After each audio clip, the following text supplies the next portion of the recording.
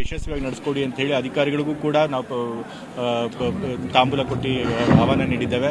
ಅದರ ನಂತರ ಮಾವುತ ಕಾವಾಡಿಗರಿಗೂ ಕೂಡ ನಾವು ಬೇಸಿಕ್ ಕಿಟ್ಗಳನ್ನು ಕೊಟ್ಟು ಅವರು 2 ತಿಂಗಳು ಇಲ್ಲಿ ಆನೆಗಳಿಗೆ ಚೆನ್ನಾಗಿ ತರಬೇತಿ ಕೊಡಿ ಅಂತ ಹೇಳಿ ಕೇಳ್ಕೊಂಡಿದ್ದೀವಿ. ಅದನ್ನ ನಮ್ಮ ಅಧಿಕಾರಿಗಳು ತೀರ್ಮಾನ ಮಾಡ್ತಾರೆ.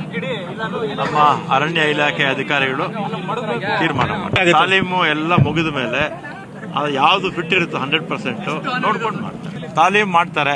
ಫೈನಲ್ ಆಗಿ ಯಾವ ಸೂಟ್ ಆಗುತ್ತೆ ಅಂತ ತೀರ್ಮಾನ ಮಾಡ್ತಾರೆ. 2-3 ಆಗ್ಬೋದು. ಆವಾಗ ಅಂತ ಸಂದರ್ಭದಲ್ಲಿ ಇವ್ರು ತೀರ್ಮಾನ ಅರಣ್ಯ ಇಲಾಖೆ ಅಧಿಕಾರಿಗಳಿಗೆ ಅದರ ಚಲನವಲನ ಅದರ ಕ್ಯಾರೆಕ್ಟರ್ ಎಲ್ಲ ಕೂಡ ಗೊತ್ತಿರುತ್ತೆ. ಅವ್ರು ಫೈನಲ್ ಆಗಿ ಅವ್ರು ತೀರ್ಮಾನ ಮಾಡ್ತಾರೆ.